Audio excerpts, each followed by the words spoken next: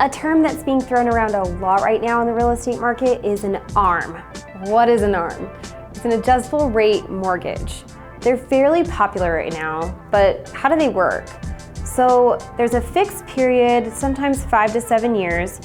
It's a lower interest rate than the market based on the US Treasury rate or the secured overnight finance rate. The adjustment period then begins after the fixed period, and that interest rate will go up or down depending on what the market looks like at the end of the fixed period. So an example would be if you get this 7-year ARM, your interest rate is fixed for those 7 years.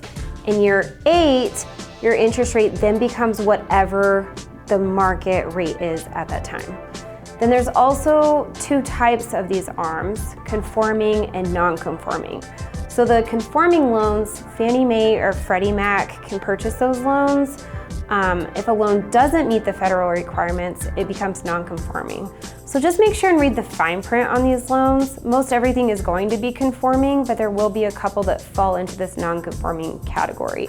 It's also important to note that FHA and VA are always non-conforming loans. However, they have the full backing of the US government, while other non-conforming loans, they just don't. The good news about an ARM is they can always be refinanced later, so you're not always trapped into that, balloon, right? That's what an ARM is, right? It's a balloon.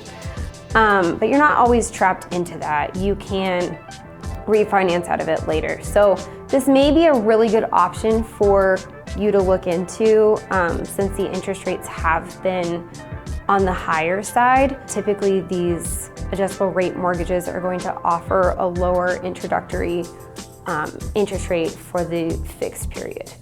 If you have any questions about this, probably call a lender. No, I'm just kidding. We can definitely help talk you through it and get you set up with a lender who is working with adjustable rate mortgages at this time.